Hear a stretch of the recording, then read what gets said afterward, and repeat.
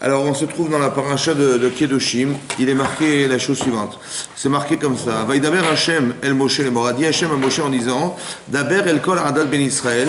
Parle à toute l'assemblée d'Israël. Donc, c'est une chose importante qu'on va dire. Va martalem et dis-leur Kedoshim tiou. Alors, on traduit en français Kedoshim tiou, soyez saints.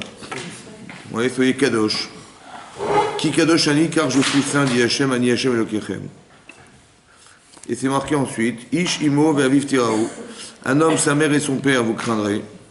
Ve'et shabbatotai tishmoru, et mes shabbatot, vous les garderez, ani Hashem elokechem, je suis votre Dieu.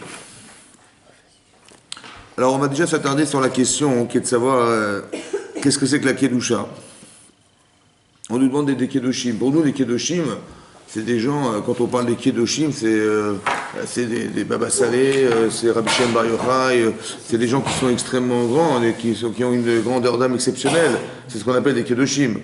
Bon, mais on nous demande d'être Kadosh, comme Hachem est Kadosh. Déjà, il y a un paradoxe, parce que d'être Kadosh comme Hachem, on a du mal à comprendre. Ouais, on peut pas. Ça va. Donc la Kedusha d'Hachem, au-delà de la conception humaine, quand on parle de Kedusha, ça veut dire la faculté qu'il a d'être saint lui-même, oui, qui est séparé de toute matière. C'est difficile à imaginer qu'on doit l'être comme lui il est. Est-ce qu'on peut être comme lui? Non. Non. Donc ça veut dire qu'il y a un problème de conception ici. Et qu'est-ce que c'est que la Kedusha? C'est aussi quelque chose à comprendre. Et quand vous regardez dans la paracha, au début de la paracha, on nous cite ici au départ qu'on doit respecter ses parents, qu'on doit craindre ses parents. Aussi, on doit craindre ses parents, on doit respecter le Shabbat, puisque c'est ça la définition de la Kedusha, n'est-ce pas? Et on nous cite que des exemples qui sont des rapports d'interdiction essentiellement entre soi et son prochain. Ouais, il ne faut pas voler, il ne faut pas nier, il ne faut pas payer en retard les salariés, il ne faut pas jurer en vain, etc., etc. Donc je vous cite tous les exemples qui sont cités dans la paracha, mais c'est beaucoup d'interdictions. On n'a pas le droit de faire du favoritisme vis-à-vis des pauvres, ou l'inverse vis-à-vis des riches. On ne doit pas colporter du lachon hara, on ne doit pas être indifférent à la mort des gens, que des interdictions. Alors, oui, mais en fait, ce sont des rapports entre soi et son prochain. Elle est où la Kedusha? D'accord. Hein? Pourtant, c'est marqué Kedoshim Tiyu, soyez Kadosh, et on nous cite tous ces interdits de la Torah. Donc on a vu, on se rend compte qu'a priori, ça ne correspond pas à nos critères de Kedusha, nous. Nous, on pensait que la Kedusha, c'est d'être des gens exceptionnels dans l'investissement qu'on a de la Torah et des mitzvot, mais on voit que c'est pas du tout ça. On est dans la vie civile, là. On est dans le rapport entre soi et son prochain, essentiellement. Moi, j'avais pensé que la Kedusha, c'est le rapport intime qu'on peut avoir avec Akadosh Baruch Hu, dans la Emouna, dans la prière, voilà, c'est ça la Kedusha. On voit que c'est pas du tout ça. On dit il faut pas voler les gens, quel rapport avec la Kedusha, ouais. Il faut pas avoir de rancune, il faut pas être vengeur, il faut pas être haïssant les autres, et il faut aimer son prochain comme soi-même. Donc on a juste un problème de compréhension. Voilà. Qu'est-ce que c'est que la Kedusha? Voilà. On nous demande d'être Kedoshim parce qu'Hachem est Kadosh. Alors au début de la paracha, Rachid expliquait que Kedoshim Tiyu, si on le lit ensemble, regardez, c'est marqué comme ça. Regardez dans la deuxième ligne de Rashi, au début de la paracha, donc on est, page pour moi 696, on est dans le 19e chapitre et du premier et du deuxième verset, c'est marqué comme ça, Kedoshim Tiyu. Donc Rashi traduit, on traduit Kedoshim, soyez Kadosh, soyez saints. Et Rashi, hein, soyez, c'est un ordre, soyez. Maintenant, et Rachid expliquait, et vous, Prushim et Naharayot, et soyez distants. Prushim, parouche en hébreu, ça veut dire, parouche, c'est quelqu'un qui se sépare. D'accord? Mina Harayot, de l'adultère. Mina Avera, de la faute en général. Chez Kol Makom, Shatamotse Gedererva, Tamotse Gdusha, qu'à chaque endroit où tu vas trouver une limite à l'adultère, tu vas trouver de la Gdusha. Et on cite des exemples dans la Torah où, effectivement, à chaque fois qu'on parle d'interdiction, tout de suite on nous dit, soyez Kadosh, etc., etc. Donc, qu'est-ce que c'est que la Kedusha? Rachid expliquait, c'est la capacité que nous avons de nous séparer du mal, voilà, de nous séparer de tout ce qui nous est interdit. Hein? Donc c'est quoi finalement la Kedusha? C'est quoi? Nous séparer du mal. Et ça veut dire? C'est des interdictions. Alors je vous pose une autre question. Comment on se sépare du mal? En faisant du bien. Par exemple, on a Yitzhara, l'adultère. Voilà. Comment quelqu'un il va dire, ah ben non, je ne vais pas faire adultère, je vais me séparer du mal. Comment je fais? Mais comment tu fais? Avant de le faire, tu fais Kedoshim Tiyu. On est des Kedoshim. Mais ça veut dire quoi? Ça veut dire quoi? Attends, on est Kedoshim. C'est facile à dire. Non, on est Kadosh, pardon. J'ai compris, mais ça veut dire quoi d'être Kadosh? Ça veut dire qu'on est en train de nous expliquer que pour se séparer d'une Avera, il faut avoir de la Gdusha. Mais qu'est-ce que c'est que la Gdusha alors? Pour se séparer d'une Avera, il faut de la Gdusha. Donc c'est quoi la Gdusha? Faire des bonnes actions. Non. Il faut faire le contraire. contraire. Il faut ça. être le contraire. Voilà. Il faut être. Il faut être le Il faut être contraire. quoi? Il faut être capable de se refuser Voilà. à la faute. Donc il faut être quoi alors? La non-faute. Il faut être sensible, il faut avoir de la connaissance, il faut avoir des émotions qui vont être contraires aux émotions qui nous propose la Vera. Ouais. C'est ça la Kedusha. Ouais. C'est quoi la Kedusha? C'est quoi d'être saint? C'est d'être équilibré. C'est incroyable. Hein, que la sainteté, c'est pas de la spiritualité. Nous on croit Kedoshim, c'est-à-dire il faut être des gens spirituels. Non, la Kedusha, c'est la capacité que nous avons de nous refuser à fauter. C'est un truc de fou. Hein. Ça va? Par exemple, je donne un exemple très simple. C'est marqué dans le paracha, il ne faut pas voler. Il ne faut pas voler. Ça va? Il ne faut pas voler. D'accord? On n'a pas le droit de voler. Pourquoi c'est grave de voler? Pourquoi c'est grave de voler? On n'a pas le droit de voler. C'est interdit d'après la Torah de voler. Tu envies la personne. Comment? Tu envies la personne qui a. Alors tu dis parce qu'on envie la personne, donc tu dis d'envier les gens. Ok. Après, Prends quelque chose. comment? Il ne l'a pas donné à nous. mais qu'il C'est a pas. donné. Donc ça veut dire c'est quelque part ça veut dire quoi? Un manque de confiance en Hachem. Ça veut dire qu'Hachem il s'est trompé, il s'est pas calculé. C'est pas calculé. Ok, Ouais. d'accord. Ensuite. Qu'on retire quelque chose à quelqu'un. Hein? On lui retire quelque chose. Oui, mais c'est pas grave, je veux m'enrichir sur son dos. C'est pas grave. Pourquoi c'est grave? Bah pourquoi les gens volent? Pourquoi les gens volent? Parce qu'ils estiment qu'ils n'ont pas assez. Ouais. Donc comment ils veulent s'enrichir? Ils prennent des autres. Mais pourquoi c'est grave? J'ai envie de m'enrichir sur le dos des gens. Pourquoi c'est grave? C'est la jalousie. Comment? Bah, oui, ça peut être oui, la référence à la jalousie et permet d'arriver à voler. Mais qu'est-ce qui est grave dans le vol? C'est ce qu'on a Hein? Il n'est pas capable de se contenter de ce qu'il a. Oui, alors c'est vrai. Mais pourquoi c'est? Mais j'ai pas envie de me contenter de ce que j'ai moi. J'ai envie d'être riche. J'ai pas envie de me contenter, j'ai pas envie de manger des petits pois tous parce les que jours. c'est notre J'ai envie de manger des Yetzirah. steaks tous les jours. Alors je vais aller voler chez l'autre Il n'est pas Parce pour que capable de pouvoir. c'est s'empêcher de voler. Mais c'est pas grave. Oui, mais Parce pourquoi c'est que c'est grave? notre Produire son péché, il Yetzirah. faudrait que ça soit grave. Mais pourquoi c'est grave? C'est Hein? notre Yetzirah qui. Mais pourquoi c'est grave? C'est pas grave de voler. C'est grave ou c'est pas grave? C'est grave. Alors pourquoi c'est grave? Est-ce que socialement c'est viable? Non.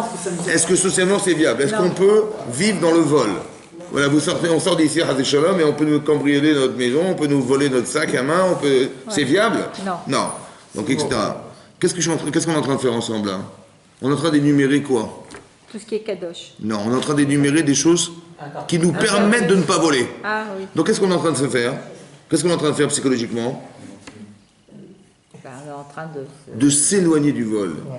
Vous avez compris ou pas? Pourquoi je ne peux pas voler? Vous savez pourquoi? Parce que si je vole, mais vous imaginez, on peut tous voler, alors on peut sortir dans la rue, on n'est jamais sécurisé, c'est pas possible. Alors je ne veux pas voler. Ou bien parce que si je vole, je ne suis pas fier d'avoir gagné, de ne pas avoir gagné ce que j'ai volé. Ou bien, comme elle a dit, Dieu ne s'est pas compté, donc j'ai pas de croyance, etc., etc. Mais plus vous énumérez des paramètres, plus vous éloignez du vol et plus On se rapproche du kadosh. vous êtes kadosh. La kedusha, dit Rashi, c'est la capacité d'extraction. Ça veut dire que je me sépare de ce qui est interdit. Il faut construire une frontière, ça va? Ouais. Les gens, vous savez pourquoi il y a des problèmes dans le monde juif? Parce qu'il y a des gens à qui on dit, vous savez ce que c'est que la Torah? C'est que des interdictions.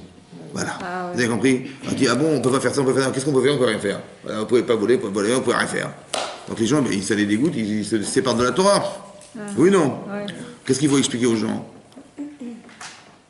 Il faut leur dire comme ça. L'interdiction de voler, l'interdiction, c'est une frontière. Ça va? C'est une frontière. Maintenant, il faut que tu comprennes que c'est grave, que si la Torah dit que c'est assourd, ça veut dire que ce que tu vas réaliser par ton interdiction, c'est quelque chose qui n'aura jamais d'avenir. Ça n'a pas d'avenir. C'est un avenir proche, présent, en disant, voilà, j'ai volé, voilà, j'ai mis de l'argent dans la poche, l'argent, il est là. Combien de temps? Je sais pas. Ah ouais. Ça va? Pourquoi? Un, il n'y aura pas de bracha dedans, Hachem, il est pas d'accord. Et deux, mais évidemment qu'il y aura des représailles, il y aura tu ne peux pas vivre tant ça, épanoui toute ta vie en volant les gens. Ça veut dire que ça n'a pas d'avenir. Donc il faut comprendre que dans l'interdiction, il y a quelque chose qui n'est pas d'avenir. Donc il faut comprendre derrière que dans le fait de se refuser à vivre, donc il faut avoir intellectuellement compris que c'est grave. Il faut mettre des arguments qui vont vous empêcher d'avoler. Et deux, il faut mettre des émotions à l'intérieur de ces arguments qui vont encore plus vous refuser à vivre cette expérience. Mais qu'est-ce que c'est qu'en fait la Kedusha? C'est la capacité mentale et émotionnelle à se refuser à vivre des événements interdits. C'est ça, non? C'est ça la Kedusha. Ah ouais. Kedoshim Tiyu, dit Hachem, parce que je suis Kadosh. Ça veut dire qu'est-ce qu'il est Kadosh, Hachem? Hachem, il est tellement loin de cette perspective d'envisager la faute qu'il a une kedusha exceptionnelle. On ne nous a pas demandé d'être Hachem, vous avez compris? On nous a demandé d'être comme lui. Ça veut dire quoi? D'être capable de se maîtriser. Par exemple, si quelqu'un il a une capacité de maîtrise, on dit Ezeu Gibor. C'est qui est fort? Qui c'est qui est fort? Marqué dans les Perkavot, qui c'est qui est fort? Celui qui fait de la musculation. Qui c'est qui est fort? Qui est celui qui va en salle de muscule. Évidemment, c'est ça, quelqu'un qui est fort, c'est quelqu'un qui est capable de se maîtriser. Mais c'est quoi la maîtrise? La maîtrise, c'est d'être capable de savoir que je ne peux pas transgresser. Mais nous, on a souvent expliqué que les émotions sont plus fortes que ce que vous savez. Ouais. C'est vrai? Alors comment j'arrive à me maîtriser? Et c'est ça la Kedusha. La Kedusha, c'est la maîtrise. C'est quoi la maîtrise? La Kedusha, c'est la capacité mentale que vous avez rendue émotionnelle. Quand vous dites, j'ai pas le droit de voler, pourquoi? C'est une loi c'est une loi de la Torah. Je dis non, c'est pas qu'une loi de la Torah. C'est dire, mais trop si tu voles, c'est-à-dire que Dieu, c'est pas calculé. Ouais. C'est que si tu voles, demain on peut te voler, demain tu es sûr de rien. Tu n'as aucune assurance. Tu sais, c'est possible? Ah ben non. Vous avez compris? La loi, c'est la loi, rationnelle, mais il faut mettre une émotion derrière pour se refuser à vivre cette expérience. C'est ça la Kedusha. Vous avez compris? Kedoshim Tiyu. Et vous, Prouchim, dit Rashi, soyez distants des choses. Ça veut dire qu'il faut savoir définir les éléments et après être capable de comprendre et de mettre la distance. Et plus vous mettez des paramètres entre la faute et vous, et plus vous êtes Kedoshim. Si vous ne savez pas expliquer, vous expliquez à vous-même pourquoi c'est grave, c'est que vous n'avez pas de Kedusha. C'est tout simple. C'est tout simple. Quelqu'un qui vole, quelqu'un qui va, c'est qu'il n'a pas de Kedusha. Pourquoi? Parce qu'il n'a pas réfléchi en quoi c'est grave. Ou alors il est dans ses intérêts personnels, dans sa petite bulle, et il est très proche de la frontière de la faute. On va dire c'est interdit, oui je sais, mais alors? Vous avez compris? Il est à la frontière de la faute. Par contre, si vous le rendez émotionnel, d'éduquer des gens à ne pas faire des vérotes, c'est de leur donner la capacité mentale et émotionnelle à refuser de vivre cette expérience. C'est ça que ça veut dire. Et plus vous mettez des paramètres, plus la personne est éduquée, c'est-à-dire qu'elle a des paramètres profonds et qui sont éloignés de la faute, et plus elle est Kedoshim, elle est la Kedusha. C'est ça la Kedusha. C'est tout simple. C'est ça la Kedusha. Et donc, on remarque que la Kedusha, elle est essentiellement liée à des fautes qui sont des fautes entre soi et son prochain. Très rare de voir qu'on parle dans la paracha de cette semaine de fautes qui sont liées à Hachem. Parce qu'il y a deux paramètres dans les misvot et les averot. Il y a ce qu'on appelle des misvot qui sont des misvot verticales avec Akadosh Baruch Hu et horizontales avec son prochain. On voit les exemples qui ont été donnés. Ce sont des exemples qui sont Ben Adam, Lachavero, entre soi et son prochain. Et on conclut en disant, à la fin on dit, Ve'avta lereacha kamocha. Tu aimeras ton prochain comme toi-même. Vous avez vu? Et Rabbi Akiba, il dit, la Barashi rapporte, Rabbi Akiba a dit, Zeklal Gadol Batorah. Ça, c'est la règle de la Torah. La règle de la Torah. La règle. Ça veut dire que vous avez 613 mitzvot, et ce qui gère, l'axiome essentiel qui gère les 613 mitzvot, c'est quel principe? D'aimer son prochain comme soi-même. Ça veut dire que ça va gérer du social et ça va gérer du spirituel. En quoi le rapport à l'autre va gérer du spirituel? Qu'est-ce que ça a à voir de respecter les autres, d'aimer comme soi-même et ne pas porter des vêtements de lin et de laine, ne pas mélanger le lait et la viande, ne pas, je sais pas moi, qui n'a rien à voir, ce que ça a à voir avec ça. Vous avez compris? Comment on arrive à mélanger, à penser que l'articulation essentielle, c'est son rapport vertical avec les gens, qui va permettre de comprendre toute la Torah Kula, toute la Torah. Comment ça s'entend ça? Voilà. Donc ça c'est un peu le but du cours, d'essayer de vous donner des notions pour vous permettre de comprendre ce que c'est que la Kedusha et d'accéder à ce style de personne. Ok? Alors regardez, on va tourner la page. Vous voyez, c'est marqué dans la page. Alors ici chez moi, on est dans le 19e chapitre. Oui. On est page 700. Vous avez vu la page 700? Voilà. C'est marqué dans la Torah à la chose suivante. Donc dans le pasuk Tetvav, c'est marqué Loteler Rachil Be'amecha. Ne te déplace pas en colportant des paroles, comme un colporteur qui fait du porte-à-porte et qui vend des parfums, etc. On dit on n'a pas le droit de colporter du lachon hara, c'est-à-dire d'aller voir les voisins, les gens qu'on connaît, les gens qu'on ne connaît pas, et on leur raconte des bobards sur les autres. Ça va? C'est interdit d'après la Torah. L'otahamod al-dam reacha. Ne te tiens pas devant la mort des gens. Ça veut dire quoi? Devant le sang des gens. Alors ici la Gemara explique que si quelqu'un est en danger de mort, oui, il est en train de se noyer, on ne peut pas dire bon courage.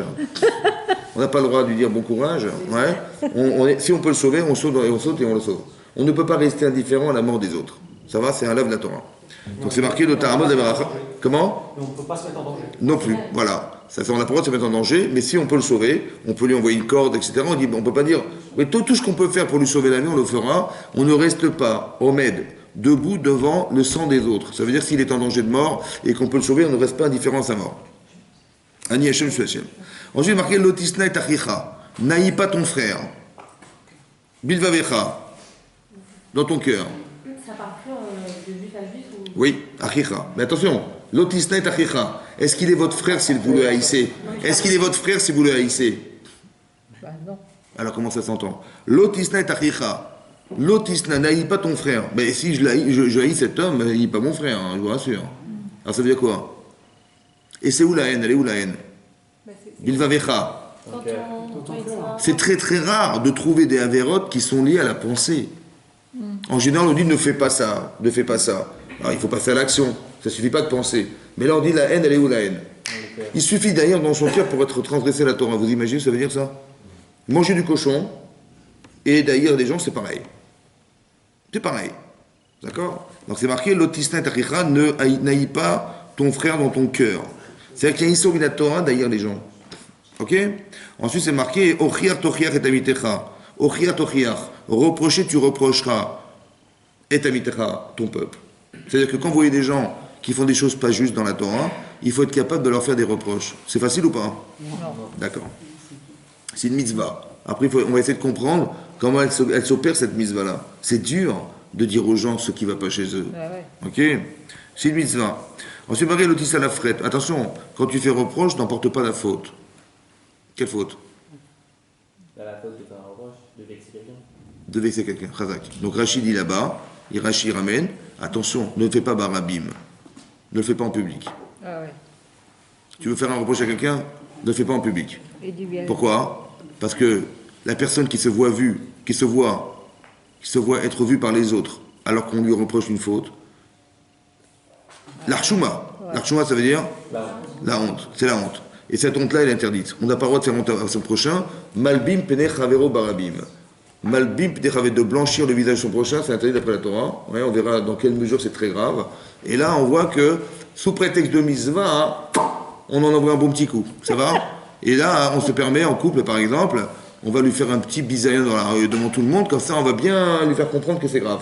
Ça va? Et là-dessus, la Torah dit qu'on n'a pas le droit de faire une chose pareille. C'est-à-dire qu'on a un mitzvah de faire reproche à son prochain, ouais, parce qu'on est tous garants les uns des autres, mais on ne profite pas de la situation pour lui faire la honte de sa vie, ça s'interdit.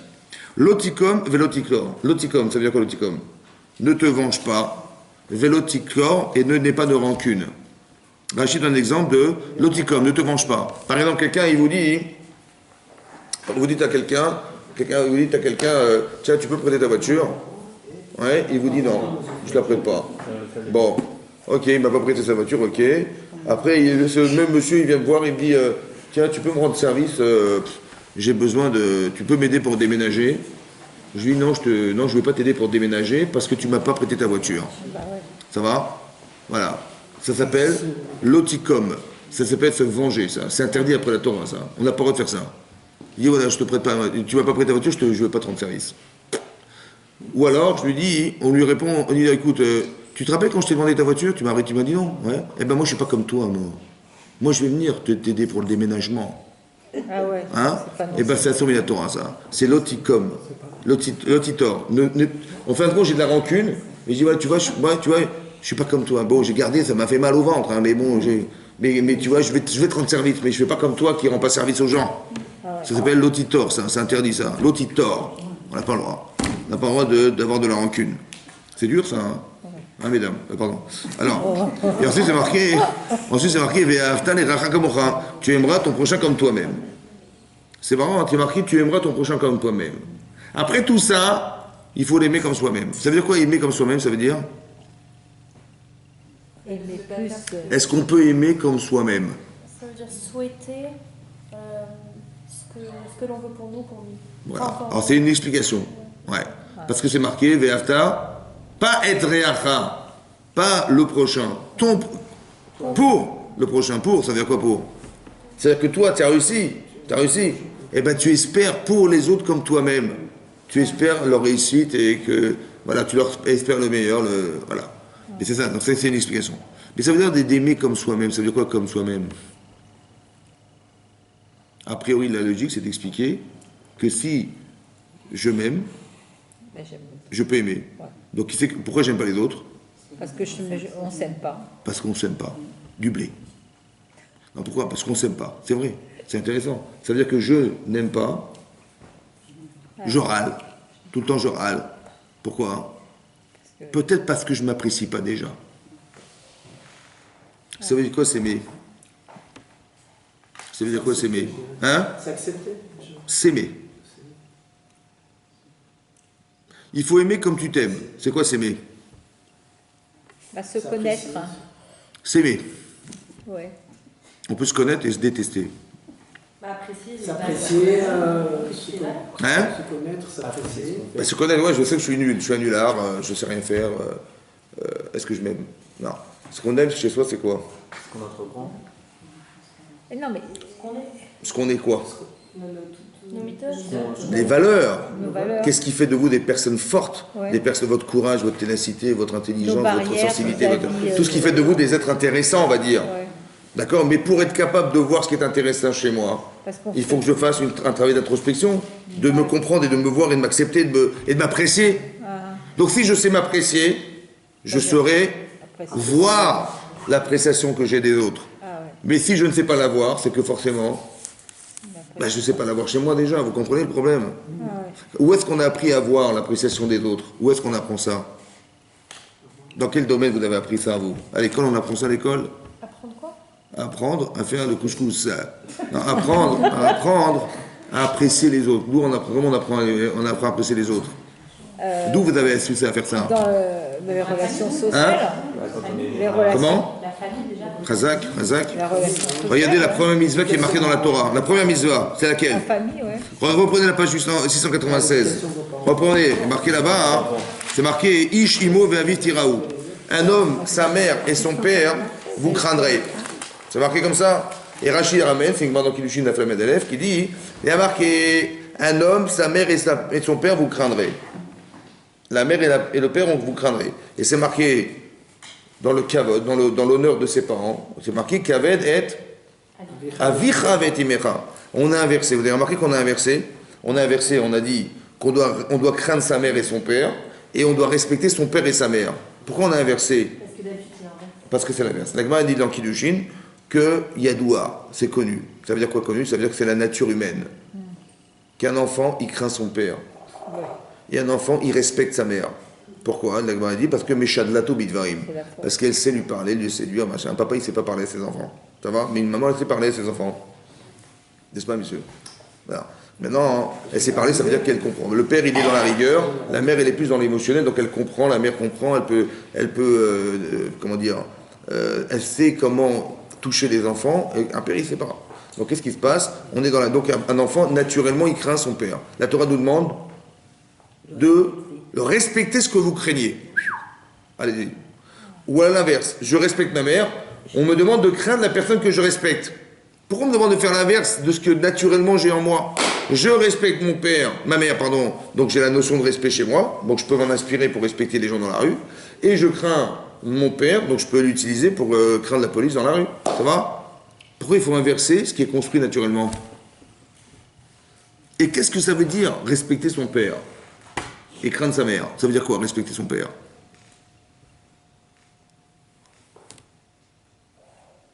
Chazak ou Baruch. Hein? Comment? C'est pas évident de répondre comme ça. Ben, c'est des mitzvot. Respecter. C'est des mitzvot, ouais. C'est pas évident, mais c'est tous les jours. C'est comme ça, tous les jours. Il faut respecter sa mère et son père. Hein? C'est déjà l'obéissance, déjà, le respect. Mais c'est la conséquence de quelque chose, l'obéissance. C'est la conséquence de quelque chose. Il faut construire quelque chose en soi pour être obéissant. Il faut... Oui, mais il y a plusieurs valeurs qui se. Ah, c'est se quoi? greffent à- Ah, c'est au quoi? respect. C'est À quoi? l'obéissance, Et tout ça, c'est quoi? Tout ça, c'est quoi? C'est l'éducation. la Kidusha. Eh oui.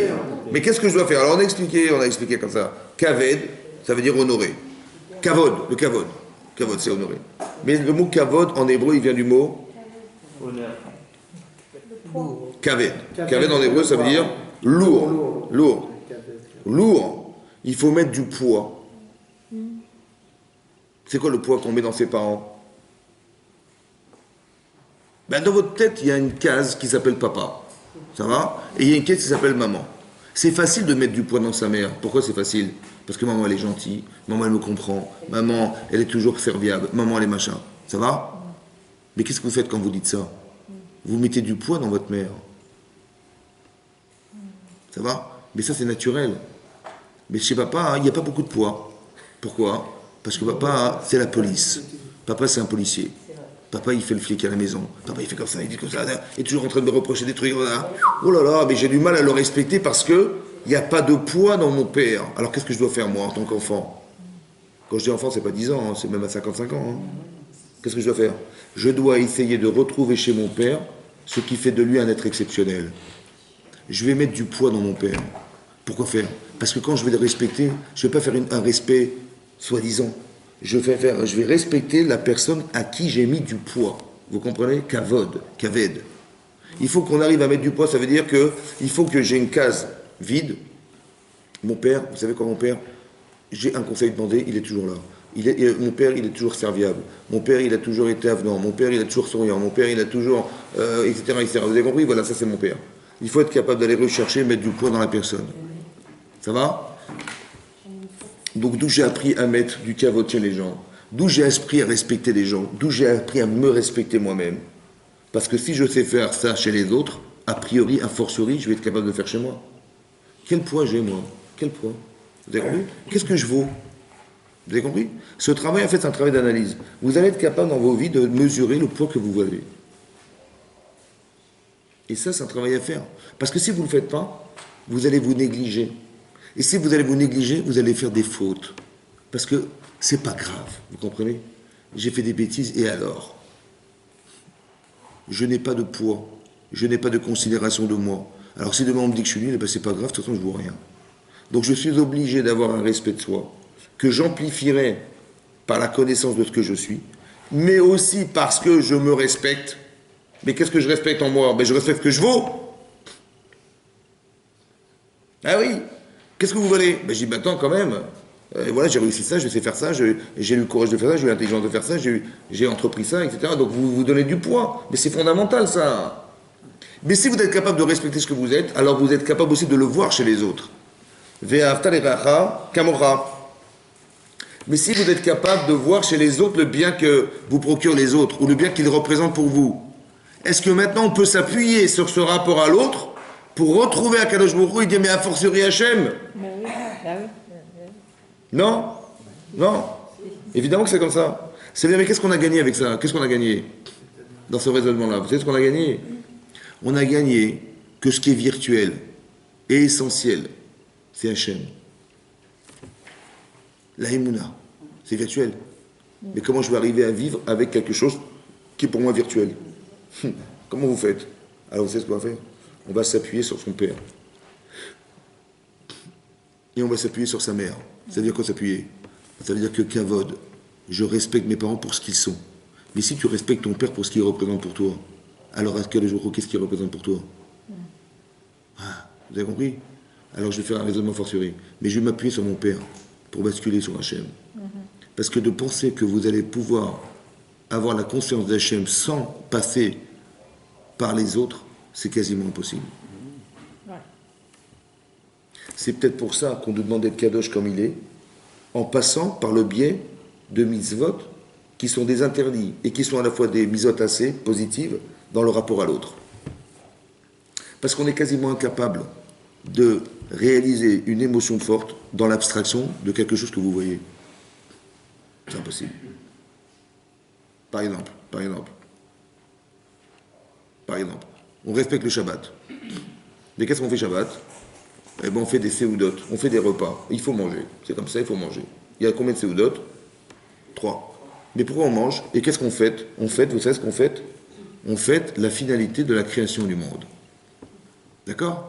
Donc, mais comment on accompagne cette idée? Eh bien, on fait un beau repas. Comme on fait des mariages, on fait des bar mitzvot, on fait des idées, en fait. Vous avez compris? On fait une idée. Un enfant, il arrive à la bar mitzvah, il rentre dans les mitzvot, c'est une idée extraordinaire. Hop, on fait une fête. Un anniversaire, tiens, chaque année, il a grandi un peu plus, ben on va fêter ça, etc., etc. On fait des idées. Mais qu'est-ce qu'on fait pour fêter? Il faut manger. Ouais. D'accord. Il y a des gens qui voyagent avec la Bouffe-Tanza, cette compagnie extraordinaire. Non, mais vous avez compris, donc c'est ça. Il faut manger. Mais pourquoi il faut manger?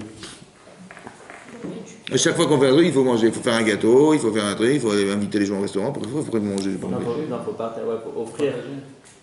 Pourquoi faire? Pour éduquer notre Mais corps. pourquoi faire manger? Ben voilà, on va partager, on va se voir, on va se C'est un discuter. moment où on se retrouve. Pourquoi il faut manger? Pourquoi il faut se faire plaisir en mangeant? En fait, ça nous réunit tous. Hadak ou Baruch. On peut très bien discuter, voilà, on est ensemble, on n'a pas mangé, Baruch Hashem. Pourquoi il faut manger? À chaque fois qu'on fait quelque chose, il faut manger. Ça va? Comment? On va dire l'inverse. Quand vous arrivez vendredi, messieurs, mesdames, quand vous arrivez vendredi, qu'est-ce que vous dites? Baruch Hashem, c'est Shabbat. Vous savez pourquoi c'est super? Parce que c'est la fin de la création du monde. Oh, la kiff.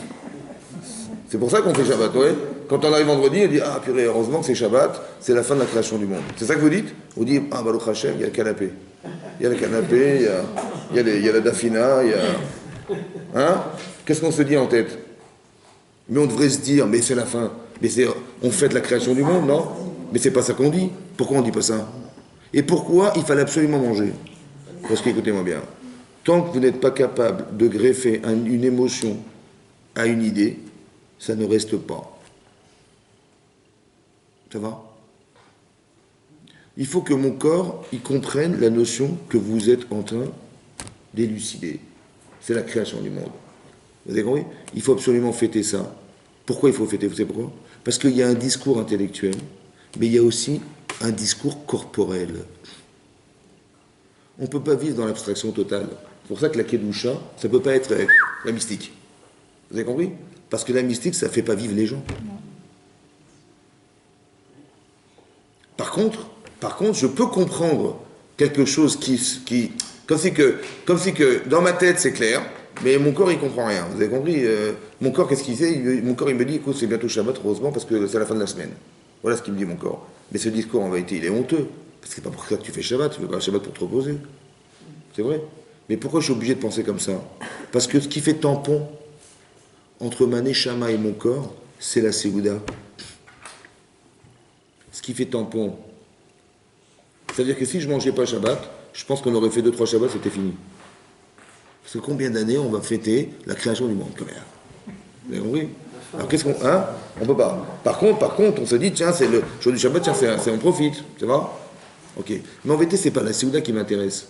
C'est de fêter la création du monde. C'est comme de dire, tiens, c'est l'anniversaire de mon fils, tiens, c'est l'occasion de manger un gâteau. C'est pas ça qu'on dit. On dit pas, tiens, c'est l'occasion de manger un gâteau, tiens, heureusement, ça tombe bien, c'est l'anniversaire de mon fils. Non. On dit, c'est l'anniversaire de mon fils, on va manger un gâteau.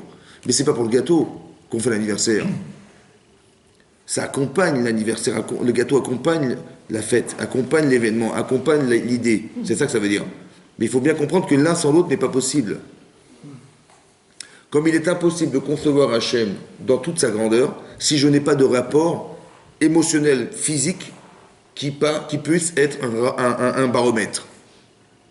Vous avez compris ça? Tant que vous n'avez pas de repère physique, il ne peut pas y avoir de repère spirituel. C'est impossible. Parce que jusqu'où? Vous avez compris? Voilà. C'est pour ça que l'interdit existe. L'interdiction, c'est quoi l'interdiction? C'est la limite de ce que tu ne peux pas faire. Par exemple, l'Agma dans Shabbat, elle dit là-bas qu'une fois il y a un converti qui voulait se convertir, un monsieur voulait se convertir au judaïsme, il est venu voir Hillel. D'accord? Et il dit, écoute, voilà, j'ai pas le temps. Il faut m'apprendre la Torah Kula en 2 minutes. Je suis sur un pied. Et je suis bancal sur un pied. Il était en dans le régal echad, comme ça, en train de vous dire. Il dit, j'ai pas le temps. Donc fais vite parce que je vais tomber. Dis-moi, tu peux me résumer la Torah? Il a dit, Mache Sanecha, ce que tu détestes, l'echavrecha lo ta'avid. À ton prochain, ne le fais pas. C'est quoi la Torah Kula? Et tout le reste, c'est des pirouchim. Et c'est ce qui est marqué dans la Torah, Ve'avta le'racha kamocha. Voilà ce qu'il a dit. Il a répété ce que Rabbi Akiva a dit, ouais, mais il l'a dit en négatif. Mache sanecha, ce que tu supportes pas, l'echavrecha lo ta'avid, ne le fais pas à ton prochain. Ça, c'est toute la Torah, ça. C'est marrant qu'il ait dit. Tu aimeras ton prochain comme toi-même, mais dans du négatif. Pourquoi? Parce que négatif et négatif, ça Khalulif, galou yadua, lifne kisekevodecha. C'est quoi négatif, quoi? ça devient positif. Hein? Ça devient positif. À moins par mois, ça fait plus. Moi et moi, ça fait... Plus quand on multiplie. Et quand on additionne, ça fait moins. Alors c'est quoi? J'ai pas compris. C'est quoi alors? Pourquoi il faut négativer? Pourquoi? Pourquoi il n'a pas dit à ce converti, tu aimeras ton prochain comme toi-même, comme avec Imélie? C'est la règle. Non, il a dit non, ce que tu supportes pas, fais pas aux autres. Tu supportes pas, tu fais pas aussi. Ce que tu supportes pas, Ouais. Mash esanecha, lechavrecha, lotavid. Ah, parce que ça veut dire qu'on l'a, Hmm. on l'a déjà vécu, donc on a un rapport avec. Mais pourquoi négativer? Dans le positif, ça va. Parce qu'on se rappelle plus du Bah, négatif c'est ça. Hmm. que du positif. De ce qu'on a vu. On se rappelle. Non, parce que ça englobe plus. Alors on va dire l'inverse. On va dire Ça l'inverse. atteint plus que Ça veut dire quoi aimer comme soi-même? Est-ce qu'on peut aimer comme soi-même? Franchement, Non. c'est possible ou pas? Non. Est-ce qu'on peut aimer Non. les autres comme on s'aime soi-même? Non. On veut se faire plaisir, on va pas faire plaisir à tous les gens de la terre entière. Non. Donc ça veut dire quoi aimer comme soi-même? Vous avez compris que c'est pas possible? C'est-à-dire que c'est pas conceptualisable. Par contre, tu sais ce que tu veux pas? Ouais. Et bien tout le reste, c'est ça aimer. Ça veut dire qu'en vérité, aimer, cette limite-là, qui est une limite impossible, ou alors inenvisageable, elle ne s'entend que dans la limite de ce que tu ne peux pas supporter toi-même. Vous avez compris le sens de l'interdit maintenant? La Torah, quand elle dit des Issourim, c'est pour que tu comprennes la limite de ce que tu peux faire, pas de ce que tu peux pas faire. Ça, c'est un sourd, donc tout le reste, c'est moutard. Vous avez compris? Jusqu'où c'est moutard, jusqu'où c'est permis, jusqu'où tu es obligé, jusqu'à ce que ça soit interdit. C'est ça que ça veut dire. Donc c'est intéressant de voir que l'interdiction de la Torah, c'est pour mettre des frontières à ton chiyuv, à ton obligation, pas l'inverse. La Torah dit fais pas ça, fais pas ça, fais pas ça. Donc il faut faire attention, hein. Comme nous, en vérité, qu'est-ce qu'on sait faire nous? Une maman elle dit à ses enfants, écoute, fais attention au mur, il y a de la peinture, fais attention, ton pantalon, tu vas tomber, tu vas craquer, fais attention à ton sac, fais attention. On nous demande de faire toujours attention. Ça c'est pas bien, que des reproches qui sont de l'ordre de ne fais pas. C'est toujours comme ça. Bon ok, j'ai compris, donc je sais maintenant ce que je ne peux pas faire. Khazak ou Balo, mais qu'est-ce que je peux faire? Dis-moi. Non. Vous avez compris, on est des champions du monde de l'interdit, mais en vérité, le problème c'est qu'on ne sait pas quoi faire. Ah si, le reste. Hein? Mais pourquoi on ne le dit pas aux gens? Pourquoi on le dire ne fais pas ça, on dit ben fais ça. Non, on dit non, fais pas ça, et fais pas ça, et parle pas comme ça, et tais-toi, et fais pas. Voilà ce qu'on dit aux gens. C'est vrai ou pas? Mais pourquoi c'est comme ça? Parce que c'est facile d'interdire. Mais ce qui est le plus compliqué, c'est quoi? C'est pas pour de permettre, c'est de savoir qu'est-ce qu'on peut faire. Alors la Torah nous a juste dit comme ça. Ça, tu peux pas. Mais c'est-à-dire qu'elle a défini un territoire dans lequel tu ne peux pas rentrer. Mais tout le reste, c'est là-dedans que tu dois t'épanouir. Il faut savoir définir l'espace dans lequel, c'est comme on dit, ta liberté démarre là où celle de l'autre s'arrête. Ça veut dire que, mais c'est pour dire quoi? Pour dire que tu es libre jusque-là. Mais après, c'est plus possible. Donc l'interdiction n'a pas de sens en soi. C'est juste pour t'expliquer ce que tu dois faire, pas ce que tu ne peux pas faire. Il ne faut pas voler. Ok, alors il faut faire quoi? Ben, il faut apporter à l'autre quelque chose, il faut t'épanouir dans ce que tu aimes, il faut développer ta personnalité, il faut être fier de ce que tu réussis à faire. C'est ça que ça veut dire. C'est ça ne pas voler. Il faut que tu aies honte de profiter des autres. Donc comment je le comprends? Ben, mâche et sanecha, ce que toi tu supportes pas, ne le fais pas aux autres. Vous avez compris pourquoi c'est un rapport à soi? Pourquoi c'est un rapport à soi? Ce que toi tu ne supporterais pas qu'on te fasse, ne le fais pas aux autres. Parce qu'en général, on cherche ses intérêts personnels. On cherche ses intérêts personnels. On cherche, quand par exemple on va faire un reproche à quelqu'un, qu'est-ce que je vais lui dire? Bon, par exemple en couple, comment ça se passe? Les gens ils disent voilà, vous savez le Rav il a dit, il faut faire Shalom Bayit, la paix des ménages. Alors qu'est-ce qu'il faut faire? Buvez, encaissez. Pas buvez, éliminer, hein, buvez, encaissez. Il faut encaisser. Voilà, ma femme m'a fait ça, mais c'est pas grave, j'encaisse. Mon mari m'a dit ça, mais c'est pas grave, Shalom Bayit. Jusqu'à quand on encaisse? Jusqu'à quand? Hein? Jusqu'à ce que qu'on explose, on explose, et après on lui dit la vérité, et là on lui fait la vraie tochacha, le vrai reproche, et on lui envoie tout dans la figure. C'est comme ça ou pas? Bon, c'est marqué dans la Torah, Ochia, Tochia, Tabitecha, il faut faire reproche à son prochain. C'est vrai ou pas? Mais c'est bien ou c'est comme ça qu'il faut faire? Non. Mais c'est comme ça qu'on fait. Vous voyez, quand on est fatigué, d'être patient et de patiente, alors on envoie tout en pleine figure. En fait, qu'est-ce qu'on fait quand on fait reproche? On lui dit la vérité. Il dit, écoute, je t'avais caché tout ça, parce que j'avais pas envie de faire de la peine, mais non, je vais te dire la vérité. Et on lui déballe tout le truc en pleine figure. Ouais, c'est comme ça qu'on fait, ouais. On déballe la vérité. Est-ce que de faire reproche, c'est de déballer la vérité? Non. Pourquoi c'est pas ça? Pourquoi c'est pas ça? Mais c'est ce qu'on fait en général. Ouais. Mais pourquoi c'est pas ça? Parce que ça, Hein? ça Pourquoi? permet Parce que, est-ce que toi, tu aurais voulu entendre cette vérité si tu avais été l'autre? Non. Alors, Maché Sanecha, l'otaravid. Ce que tu supportes pas, le fais pas aux autres. Donc, qu'est-ce qu'il faut faire? Hein? Et personne n'a empêché à l'autre de parler et de lui dire les reproches. Non, mais à un moment donné, ça éclate, ça explose. Hein. Pour ça que je dis souvent, il ne faut pas attendre que ça explose. Ah, oui, d'accord. Il ne faut pas attendre. Parce que je suis sûr que quand je vais... Puis ça va déborder, je vais lui dire la vérité, là. Vous avez compris? Mais on t'a pas demandé de dire la vérité, on t'a demandé quoi? Parce que cette vérité, on ne veut pas l'entendre. En vérité, cette vérité-là, elle est vraie, c'est vrai, c'est vrai. Mais elle n'est pas bonne, pourquoi? Parce que tu vas dire la vérité à la personne qui t'a fait ça. Mais qu'est-ce qui va se passer? Il va se vexer. L'oticum velotitor, tu vas commencer à avoir de la rancune et de la vengeance. Parce que l'accumulation de frustration permanente, à la fin, on arrive au dégoût. Et on arrive à se venger. C'est simple. On arrive à garder de la rancune. Vous avez compris ce qui va se passer? C'est interdit d'après la Torah, ça. Comment on fait alors? Alors écoutez-moi bien. Il faut lui dire quoi? Il faut lui dire ce que toi tu aurais voulu entendre. Pas ce que tu as envie de lui dire. Ah oui! Si tu avais été l'autre, qu'est-ce que tu aurais voulu qu'on te dise? Voilà, toi t'es un abruti, je sais pas quoi, et ta femme, qu'est-ce que tu aurais voulu que ta femme te dise? Mais c'est ça qu'il faut dire à son mari ou à sa femme. Il ne faut pas lui dire ce qu'on a envie de lui dire, il faudrait lui dire ce qu'elle aurait voulu entendre, ou ce il aurait voulu entendre. C'est pas pareil, hein? Si j'avais été l'autre, qu'est-ce que j'aurais voulu entendre? Ben, j'aurais voulu entendre autre chose que des... Pourquoi? Parce que je vous explique un truc. C'est marqué, fais reproche à ton prochain, mais n'emporte pas la faute. C'est ça qui est marqué. Et c'est quoi porter la faute? Ça veut dire quoi porter la faute? Ça veut dire ne fais pas en public. C'est ça qui est marqué dans Rashi. Dites-moi, quand je vais dire un reproche à quelqu'un en public, je vais accentuer la honte. Mais en vérité, qu'est-ce que j'aurais voulu quand je lui ai fait un reproche? J'aurais voulu qu'il ait honte. Eh bien, vous savez, c'est pas grave. De toute façon, il doit avoir honte. Alors, si je peux lui envoyer un petit coup de paquet en plus de la honte des autres, eh bien, c'est pas grave, il va bien faire quelque chose à celui-là. C'est ça qu'on croit en général. Devant tout le monde, on va dire un truc, tu vois, devant tout le monde, on va dire quelque chose qui est désobligeant. Parce qu'on se dit, bah attends, au moins je profite du monde, au moins pour lui mettre un coup de massue, là, un coup de court-circuit, là. Comme ça, il va faire tchouva, au moins, il va changer. C'est vrai, c'est comme ça ou pas? Mais il va changer ou pas? Non. Mais c'est sûr que non. Pourquoi il va pas changer? Parce que tu m'as fait ça, mais jamais j'oublierai. Et nous, qu'est-ce qu'on a cru? Au moins, il va... Maintenant, celui qui l'a subi, qu'est-ce qu'il va croire? Madame ou monsieur, ben, il s'est vengé contre moi. Ou il m'a puni devant tout le monde. C'est ça qu'on voulait lui dire? Nous, on voulait le punir? On voulait qu'il change. Mais vous avez compris que ça n'a pas marché. Pourquoi? Parce que quand on fait reproche à quelqu'un, qu'on le veuille ou non, et c'est ça qui expliquerait le fait qu'on se refuse à entendre des reproches, c'est parce qu'on se sent mal. Parce que tu m'as dit que j'avais un problème. Et comment je me sens quand on me dit que j'ai des problèmes? Eh ben, en bloc,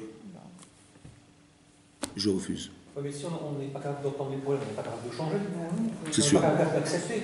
Je ne dis pas là, on reproche. Très bien. Khazak ou alors? Alors, comment il faut dire alors? Le problème, il est dans quoi? Il est dans la forme. Attendez, je vous explique par principe. Une fois, je donne un exemple comme ça. Voilà. Imaginez-vous, vous travaillez en entreprise. Ça va? Bon, ça fait 10 ans que vous travaillez dans une entreprise et que vous êtes monté en grade dans l'entreprise et que Baruch Hashem, grâce à vous, l'entreprise, elle a fait 40% de bénéfices dans les 10 ans. Vous avez fait du bon travail? 40% Mais votre salaire, il n'a pas augmenté de 40%. Bon, alors je dis, attends, c'est quand même pas normal. Mon salaire, quand même. Bon, mais j'ai préparé un petit dossier et je vais aller voir le patron pour lui expliquer les bénéfices qu'il a eu grâce à moi, pour qu'il m'augmente un petit peu. Et j'ai préparé un petit dossier pendant 6 mois, j'ai mis des trucs. Voilà, j'ai fait mon dossier, je vais lui montrer noir sur blanc que voilà ce qu'on a gagné grâce à mon travail. Et je vais lui demander une augmentation, c'est normal. Okay. Et j'allais frapper à la porte. Bonjour, monsieur le patron. Et tout à coup, mon collègue, il me dit, mais vous avez une tache de sauce tomate sur votre chemise?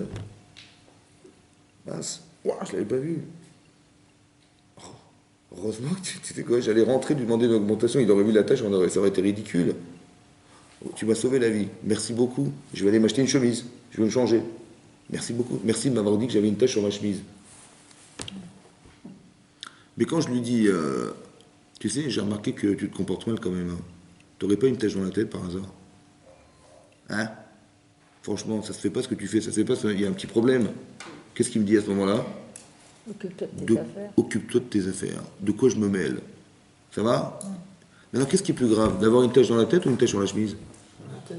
Hein? Dans la tête. Mais comment ça se fait que quand je lui ai dit, il m'a dit, t'as une tache sur la chemise, je lui ai dit, mais merci beaucoup.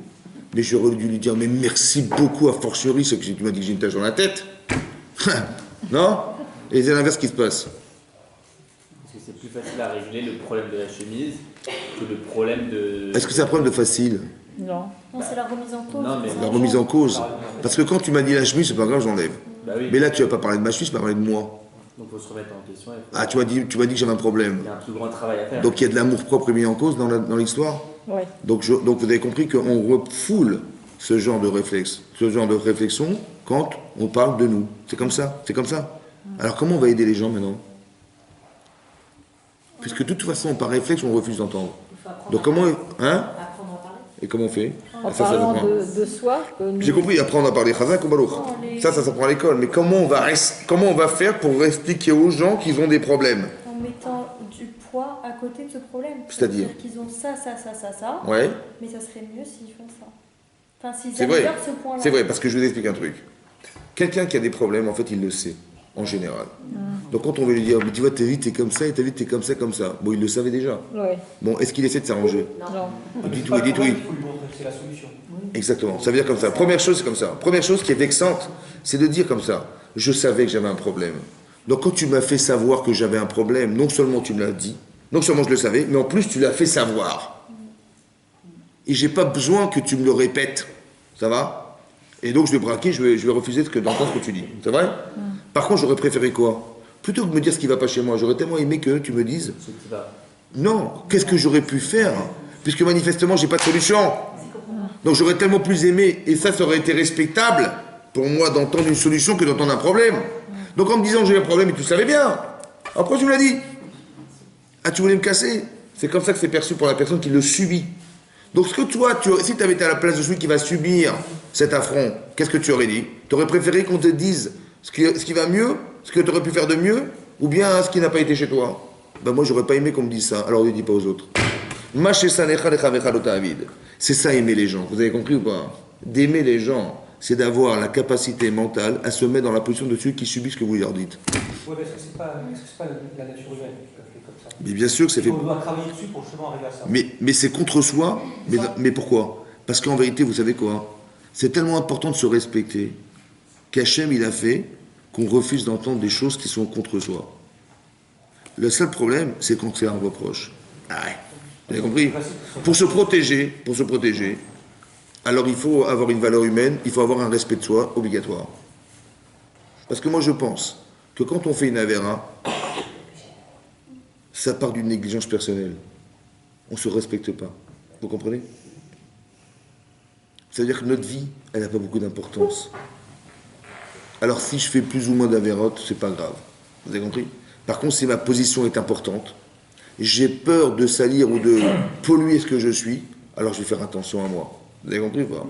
Donc plus je mets de la valeur dans ce que je suis, je ne parle pas d'orgueil, hein, je parle de fierté de soi. Plus je suis fier de ce que je représente, plus j'ai honte de salir l'image que je représente. Et donc je me refuse à faire. Ça va? Par exemple, un exemple très simple, malheureusement, la grosse majorité des accidents de voiture ou de moto, etc., elles se passent dans une tranche d'âge entre 18 et 25 ans. Pourquoi? Pourquoi après il y a moins d'accidents? Hein? Le type il a passé le permis à 25 ans, il aura moins de chances de faire un accident qu'un type qui a passé le permis à 18 ans. on se Pourquoi? Il a le même temps d'expérience. Hein? Parce qu'on respecte. La conscience de quoi? La conscience de quoi? La conscience du danger. Parce qu'on respecte. Pourquoi un jeune il n'a pas peur du danger et un adulte il a peur quelqu'un plus adulte il a peur du danger?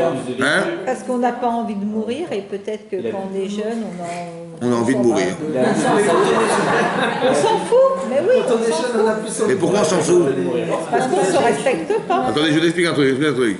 Quelqu'un, un jeune, il est sur l'autoroute, il roule, il s'est acheté une voiture. Voilà, il a passé le permis, et il a fait des économies, il a travaillé pendant les vacances, il s'est acheté une moto. Ouais. Bon, il s'est acheté une voiture de 1200 €. Bon, mais elle peut rouler à 150 km/h, 160 km/h. Il dit, mais j'ai pas acheté ma voiture pour aller faire les courses, moi. Hein. Moi, je suis venu pour faire la course. Et donc, il a dit, le soir, à 3 h du matin, je vais me balader sur le périph' et je vais rouler à 180 km/h. Et je vais voir, vous allez voir les arbres, les trucs qui vont défiler comme ça, quel plaisir, quel bonheur. Mais c'est ma voiture. Oui? Bon. Et le type, il se prend un arbre. Mais en vérité, c'est quoi le problème? Comment ça fait qu'il n'a pas roulé moins vite? Parce qu'en fait, ils veulent plus de Ouais, valeur. Il découvre. Parce que le plaisir de la vitesse, il est plus fort que quoi? C'est avec le plaisir de la vie. Que sa vie elle-même. Bah ouais. Vous avez compris, ça veut dire? Bah ouais. Ça veut dire que la personne qui a 18 ans, combien elle vaut sa vie? Ouais. Elle vaut moins que le plaisir que lui procure la vitesse. Donc qu'est-ce qu'il faut faire? Il faut lui apprendre à mettre du poids dans sa vie. Pour contrecarrer le plaisir de la vitesse. Je suis pas fou d'aller rouler si vite alors que ma vie, elle est en péril. Vous avez compris la logique? C'est ça la logique.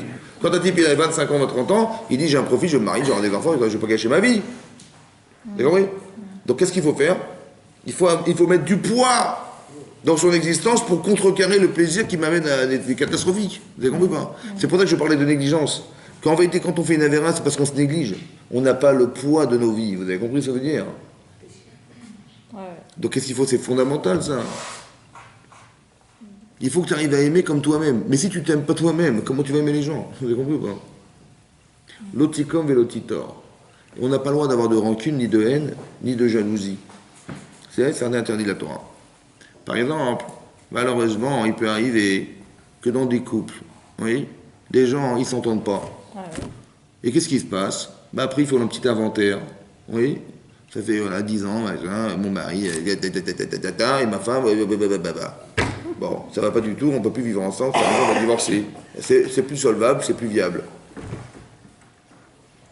Pourquoi? À cause de ça, parce que madame elle est comme ça, parce qu'elle me respecte pas, parce qu'elle m'écoute pas, parce que monsieur me suis pareil, c'est pareil.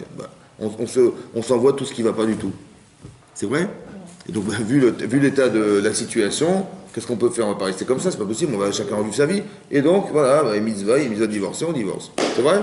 C'est comme ça que ça se passe. Ok, oui. Maintenant, le problème, c'est que elle lui a fait tellement de méchanceté, madame, que lui, il tient, c'est lui qui a l'acte de divorce. Ouais. Et c'est lui qui la guette en permanence. Alors, il a le guette. Voilà, il a le guette. Il dit, madame, je lui donnerai pas le guette. Voilà, que ça ne se remariera pas, madame. Elle va rester comme ça toute sa vie, comme ça. Bon, c'est méchant, hein? Ouais. Ça va? Mais non, ça s'appelle quoi, ça? Ça s'appelle l'oticum. Ne te venge pas contre elle. L'otitor. N'aie pas de rancune vis-à-vis d'elle. C'est un exemple que je vous donne pour dire quoi? Pour dire que, quand il s'est marié, il aimait sa femme ou pas? Bah oui. Mais évidemment, il était follement amoureux d'elle. Mais non, quand vous allez le voir ce jour-là, vous dites, dis-moi, si ta femme, dans 10 ans, elle ne veut plus vivre avec toi, elle souffre de toi, elle te sent plus, qu'est-ce que tu fais? Tu lui donnes le guet ou pas? Il dit, bien sûr, c'est l'épreuve, elle est malheureuse, mais bien sûr, au contraire, que je lui donne le guet, évidemment. 10 ans plus tard, même pas en rêve, je lui donne. Mais il s'est passé quoi entre la première année et la 10e année? J'ai pas compris. Hein? Il s'est passé une accumulation de frustration. Ça s'appelle une couche. Maintenant, la personne, elle résonne avec la couche. Ça veut dire quoi? Ça veut dire, avec tout ce qu'elle m'a fait, tu rêves, je lui donne le gars, mais tu rêves ou quoi? Avec tout ce qu'elle m'a fait? Mais non, qui c'est qui pense, en fait? C'est l'homme qui pense. Il dit, mais ouais, avec tout ce qu'elle m'a fait, j'ai le souvenir de toutes ces frustrations, toutes ces blessures, tous ces machins. Mais je veux lui renvoyer la balle, mais avec tout ce que j'ai souffert, mais qu'elle souffre aussi, elle. Je ne donne pas le guet. Bon? Mais en vérité, il faut savoir que qui c'est qui anime tout ça? Qui c'est qui a créé la fracture entre les deux? Le Yisera. C'est l'Yitzhara. Pourquoi c'est comme ça? Parce que c'est tellement fondamental, le couple, que tout ce qui est fondamental, le Yitzhara, il va nous couper la vie avec. Ça va? Il va nous casser la tête. Donc en vérité, quand je dis, mais avec tout ce qu'elle m'a fait, comment je vais pouvoir, je ne vais pas supporter? Il faut que tu saches, quand tu dis ça, que tu transgresses la Torah. Mais en vérité, c'est pas Hachem qui te parle, c'est pas le bon sens qui te parle, c'est le mauvais sens.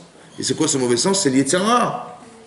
Donc quand tu penses ça, c'est forcément interdit, donc c'est forcément l'Yetzirah. Bah oui. Donc qu'est-ce qu'il faut faire? Il faut arriver à voir dans la haine, achicha. C'est dur, hein? L'otisnaït achicha bilvavecha. Il faut voir le côté ach, le côté fraternel. Il ne faut pas être comme ça, vous avez compris? Il faut dire, mais ça ne se fait pas ce que je fais. Bon, c'est pas grave, on n'a pas pu s'entendre ensemble, et c'est pas grave, elle vivra sa vie avec un autre homme, et moi je vivrai avec une autre femme. Ça n'a pas marché. Il faut que ça reste fraternel dans le cerveau. Il ne faut jamais cumuler de la haine. Ça veut dire, mais comment c'est possible? Puisque émotionnellement c'est touchant. Vous avez compris ça? C'est-à-dire que ce qui nourrit le Yetzirah, c'est toutes les émotions négatives que j'ai eues. Tout ce qui va nourrir Le Yetzirah, c'est quoi? C'est toutes les frustrations cumulées qu'on n'a pas solutionnées et qui vont s'accumuler et qui vont faire un petit paquet. Et le Yetzirah, il va se nourrir de ça pour dire mais tu te rends compte, il t'a pas respecté, etc., etc. Vous avez compris ce qui se passe? Alors qu'en vérité, qu'est-ce qu'on aurait dû faire? Qu'est-ce qu'on aurait dû faire? Hein? Parler. Mais ça veut dire quoi parler? Oui, j'ai compris, mais ça veut dire quoi? Qu'est-ce qu'il faut faire? Parler, je me parlais. Communiquer. Trouver une solution, enfin, à nos problèmes respectifs qui nous va pas. Est-ce qu'il faut attendre ou pas? Non, Faire des reproches. Jamais. Parce que si j'attends, c'est trop tard. ça s'entasse. Et une femme, elle met vite, facilement des étiquettes. Des étiquettes sur le front de son mari. Hein? Et elle va l'enlever l'étiquette, maintenant, va l'enlever l'étiquette. Donc il faut pas attendre. Il faut pas attendre. Mais qu'est-ce qu'il faut faire? Parler. Oui, j'ai compris, mais il faut dire quoi? Parce que nous, quand ce qu'on dit en général, on dit ouais, ça va pas, ouais, et on se dispute et on ne s'est pas d'accord. Hein? Faire des concessions. C'est-à-dire ping-pong, ping-pong. Offrir des solutions. Oui, mais ça c'est de la théorie, mais je veux dire que qu'est-ce qu'il faudrait faire d'abord au départ? Alors écoutez mieux. Je sais, par exemple, je dis, voilà, je parle à ma femme, je sais qu'elle a fait quelque chose qui me déplaît, ok? Si je lui dis, écoute, je suis pas d'accord, machin, elle va dire, bah écoute, c'est la vie, c'est comme ça. Elle va lui dire d'abord ce qui me plaît. Alors je dis comme ça. Je veux lui montrer, parce que j'ai peur d'une chose en fait. J'ai peur de rentrer dans le jeu du Yetzer. Ça veut dire quoi? Ça veut dire qu'en vérité, on est en train de se fracturer tous les deux. Ouais. Et si je lui dis ce qu'est la fracture, elle ne va pas l'accepter ou il ne va pas l'accepter. Alors je vais lui dire comme ça. Je vais d'abord réfléchir en me disant, c'est dommage que ce qui nous sépare. Mais pour arriver à ça, au départ, il faut aimer la personne. Il faut l'aimer, la respecter au point de se dire, si je dis ce que je vais dire, elle va mal le prendre. Et je vais me séparer d'elle. Et ce n'est pas l'intérêt Bichlal. Vous avez compris ce que je veux dire? C'est comme quelqu'un, quand on fait teshuva devant Hachem, on a fait des avérotes, on arrive à Kippour, on fait teshuva. Mais c'est quoi le but de la teshuva? C'est quoi le but final de la teshuva? C'est quoi? C'est d'avancer. Hein? D'avancer, d'étudier. C'est quoi le but de la... J'ai fait des avérotes, j'ai écouté, pardon, Hachem, Ne pas pardonne-moi. recommencer, ne pas recommencer ce qu'on a déjà fait. Comment? Ne pas recommencer. Mais dans quel but? Dans quel but? S'améliorer. Dans quel but de dire à Hachem, excuse-moi, pardonne-moi, j'ai fauté, j'ai machin, de dada? C'est dans quel but? De raviver le lien. La teshuva, revenir vers Hachem. C'est pas de se dire maintenant je suis propre. C'est de quoi? C'est de retrouver le lien que j'ai perdu avec Hachem. C'est comme quelqu'un qui se dispute avec sa femme. Ça va? Il se dispute avec elle. Et il se dispute à mort. Ouais, à mort, la femme en pleure et tout. Et elle se sauve de chez elle avec ses valises. Bon, qu'est-ce qu'elle fait, madame? Elle court chez ses parents. Parce qu'elle a où est-ce qu'elle va aller? Chez ses parents. Et elle court. Chez ses parents, elle ouvre la porte en pleurant. Et son mari dit, mais qu'est-ce qui se passe et tout? Ben, elle s'est sauvée. Il la voit courir chez sa mère ou chez son père. Il court derrière elle. Et elle rentre dans la maison de ses parents et elle ferme la porte. Et lui, embêté devant la porte, il ne sait pas quoi faire. Bon, il sonne.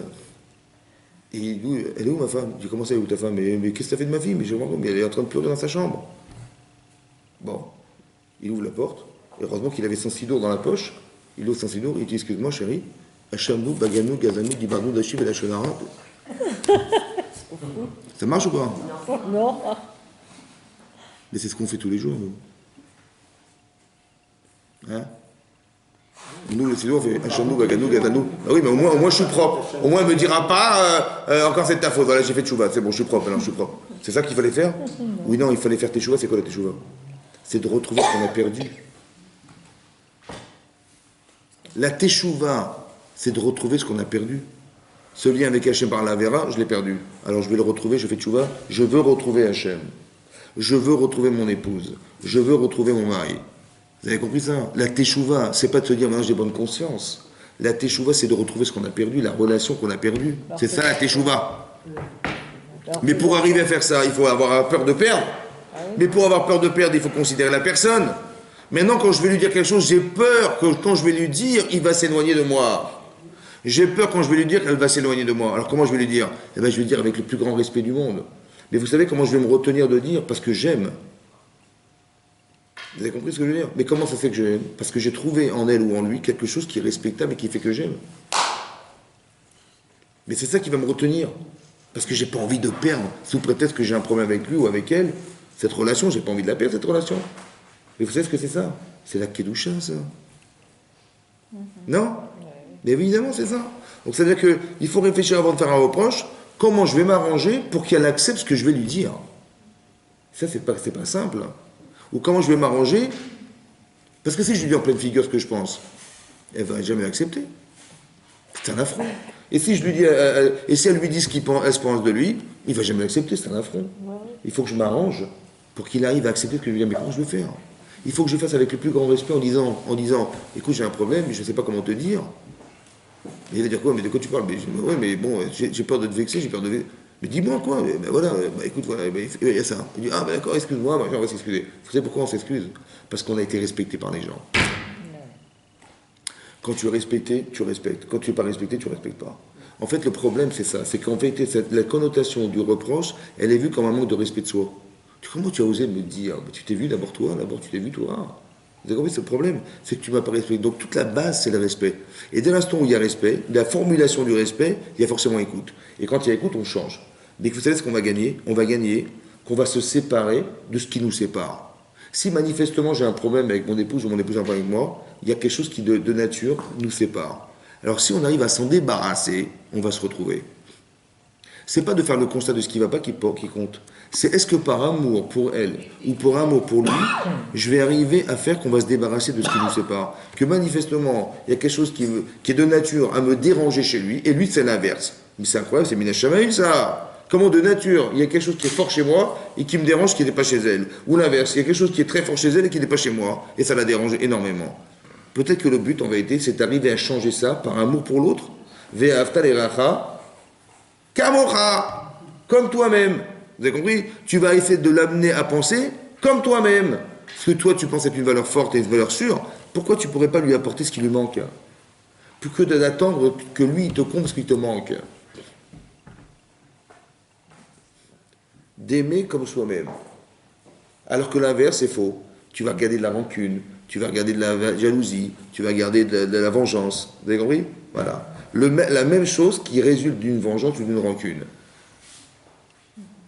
C'est très important, pourquoi? Parce que c'est marqué dans la Torah que lorsque Yosef, il a attendu 22 ans ses frères en Égypte. Pourquoi il n'a pas envoyé un petit courrier à son père en lui disant « Papa, je suis là » Parce que s'il lui avait envoyé un courrier, il aurait dit à son père « Tout de suite, tu reviens à la maison ». Mais il avait une mission, c'était de faire teshuva à ses frères, qui avaient eu de la haine contre lui. Il a pris sur lui cette mission. Quand ils sont arrivés, il leur a dit, vous êtes des espions. Mais je vous mets dans un contexte, mettez-vous à sa place 2 minutes. Voilà, on va se mettre à sa place 2 minutes. Yosef, il avait 17 ans. Il a fait un rêve. Un jour, il est arrivé que, voilà, il était en haut d'une montagne, et ses frères se prosternaient à lui, les étoiles, etc. Voilà. Donc il a vu qu'il avait quelque chose de fort à vivre, de grand à vivre, mais qui était dans l'ordre de la famille. Il savait qu'il avait quelque chose avec la famille qui était au-dessus de tout. Voilà ce qu'il est arrivé. Qu'est-ce qu'ont fait ses frères? Ses propres frères, ils l'ont vendu esclave. Mais un esclave, il ne peut pas arriver. On lui a cassé ses rêves. On l'a vendu esclave. On l'a sorti de la maison. Et on lui a... Et ses propres frères qui ont fait ça. C'est pas un kidnappeur qui l'a pris et qui a vendu son frère pour de l'argent. C'est quelqu'un qui fait... C'est ses propres frères qui l'ont vendu esclave. Vous imaginez le traumatisme psychologique que ça représente, ça? Mettez-vous à sa place 2 secondes. Bon, qu'est-ce qui reste dans le cœur? Ben, la rancune, la vengeance.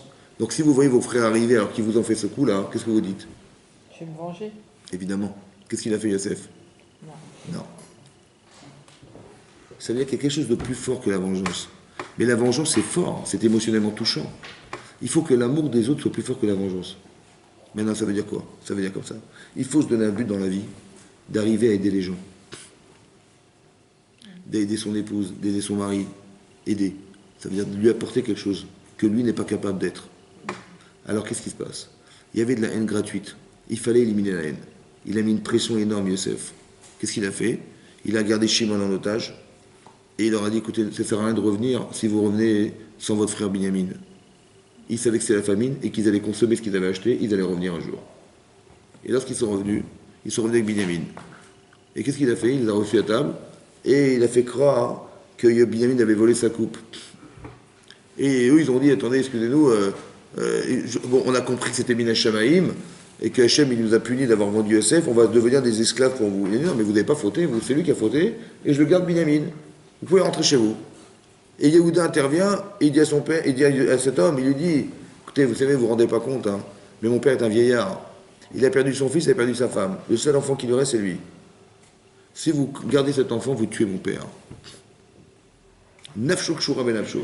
Son âme est attachée à cette âme, et si vous le prenez cet enfant, vous le tuez direct. Il a dit, t'es sûr? Il a dit, oui, oui, oui. Donc c'est-à-dire que si je garde Binyamin, je suis un criminel. Il dit, évidemment, vous êtes un criminel, monsieur. Il a dit, c'est moi, Yosef. Mon père est vivant. Tu te rappelles quand tu m'as vendu? C'est moi, Yosef. T'as pas pensé que tu pouvais tuer mon père? Tu savais combien mon père est attaché à moi? Pourquoi quand tu m'as vendu, t'as pas pensé une seconde que tu es mon père? Et quand je te prends Binyamin, tout à coup, tu penses que tu le tues? Vous avez vu ce qu'il a fait? Il a fait juger Yehuda. Et après, il lui a fait le reproche. Ça veut dire que c'est un respect extraordinaire qu'il a montré là.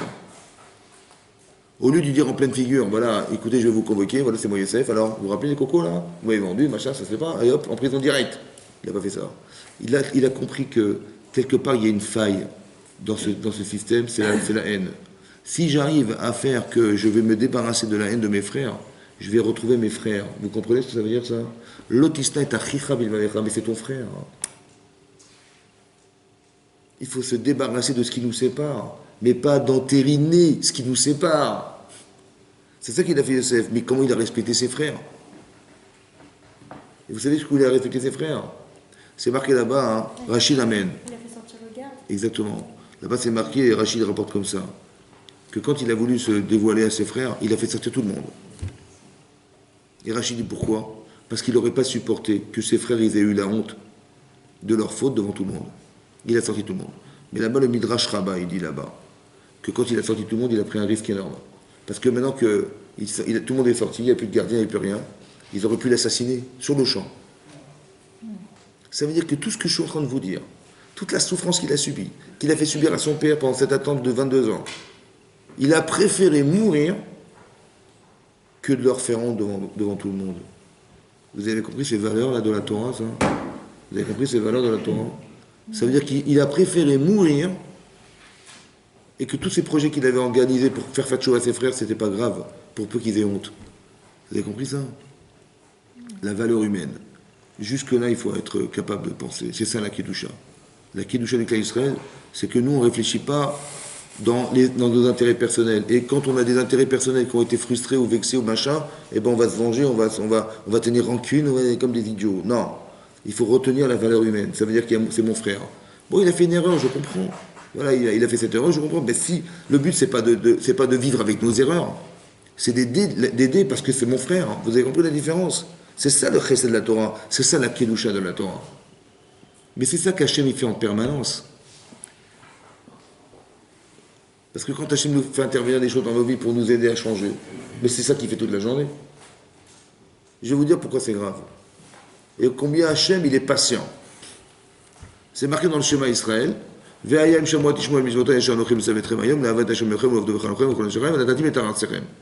Torah dit, si tu fais les mitzvot et tu aimes Hachem de tout ton cœur et ton âme, alors je ferai pleuvoir sur la terre. Et sinon, sinon, Hachem il bloque le ciel, les nuages, il n'y aura pas de pluie. Donc j'ai compris que si on fait des mitzvot, il va pleuvoir, et si on ne fait pas de mitzvot, il ne va pas pleuvoir. Voilà ce qui est marqué dans la Torah. Oui, c'est ça qui est marqué.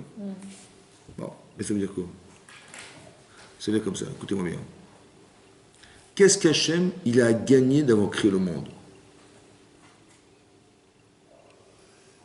Ben, rien d'autre que de donner.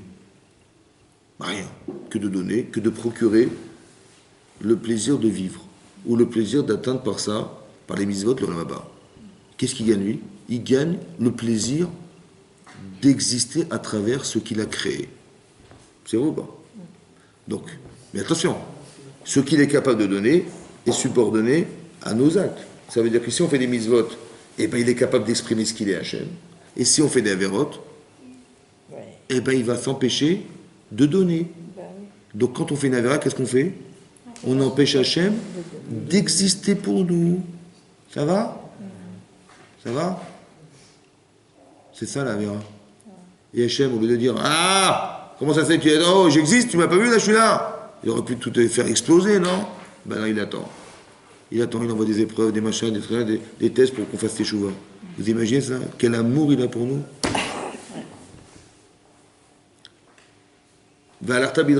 Il faut ressembler dans les chemins d'Hachem, il faut aller dans les chemins d'Hachem, c'est pour ressembler à Hachem, il faut comprendre ces notions-là. Vous avez compris? C'est une autre façon de cultiver sa vie, et c'est une autre façon de voir les gens.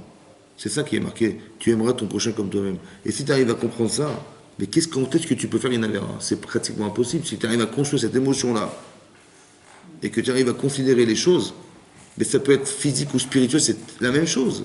Vous avez compris pas? Mais c'est ça que d'aimer son prochain, c'est un klal dans la Torah. C'est la règle. La règle, c'est de considérer les éléments présents et de surtout jamais te mettre en porte-à-faux pour les perdre. C'est comme ça. Ça en couple, avec tes enfants, avec tes amis, avec ton travail, c'est n'importe quoi. Ou avec Hachem, c'est pareil. Il faut se séparer de ce qui nous sépare. Quand je fais une Avera, je sais que je me suis séparé d'Hachem, je le sais. Qu'est-ce que je fais? C'est comme ça. Et lui, il est patient. Au lieu de se vexer, machin, de se mettre en colère contre moi, il est patient, il attend que quoi? Il m'envoie des situations de vie où je comprends que j'étais dans une erreur. Et c'est exactement ce qu'on doit faire aussi, nous, pareil. On propose. On n'est pas en train de raconter des vérités, de se mettre en... et de dire, voilà, et de se débarrasser des gens. C'est pas comme ça qu'il faut faire. Parce que c'est ça qui va au contraire nous éloigner des autres. Et c'est au contraire qui va nous fracturer la vie. La haine gratuite, elle a détruit le Beth Amikdash. Vous imaginez ce que ça veut dire? C'est énorme. Ça veut dire que c'est ça que ça veut dire. Il faut qu'on soit solidaire. Mais ça se vit en couple au départ, avec nos enfants, avec nos parents. Et c'est comme ça. Et quand tu comprends ça au départ avec tes parents, mais c'est quoi la différence avec tes parents, tes enfants et les autres? Ah, mais eux, c'est pas tes parents. Ok, mais c'est le même rapport de vie que tu dois avoir avec eux. Inspire-toi de ce que tu sais faire avec tes parents, avec tes enfants, avec ceux que tu aimes. Inspire-toi de ça, pour savoir que d'aimer, c'est donner de la considération. Et quand tu sais compter les autres, tu vas chercher ce qui va créer de la considération. Et à ce moment-là, tu vas aimer les gens, tu auras honte de voler, tu auras honte de...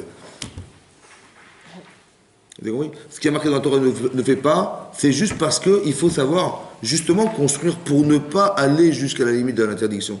Mais c'est pas de s'habituer à penser des limites toute la journée. Tu dis pas à ta femme, attention, il y a le mur, il y a la peinture, attention, il y a un truc, attention, les voitures, attention. C'est bon, on ne peut pas vivre comme ça. On doit savoir qu'il y a une limite, mais on doit s'épanouir dans la limite. C'est le plus important, c'est ça la Kedusha. C'est ça la Kedusha. Vous avez compris? Razak, merci beaucoup. Bonne soirée. On va dédier le cours, bien sûr, à la Reine Fouach Shelema, Chaim Shmuel, Yosef Ben Sarah, Meir Ben Chana, Ilana Ben Chana.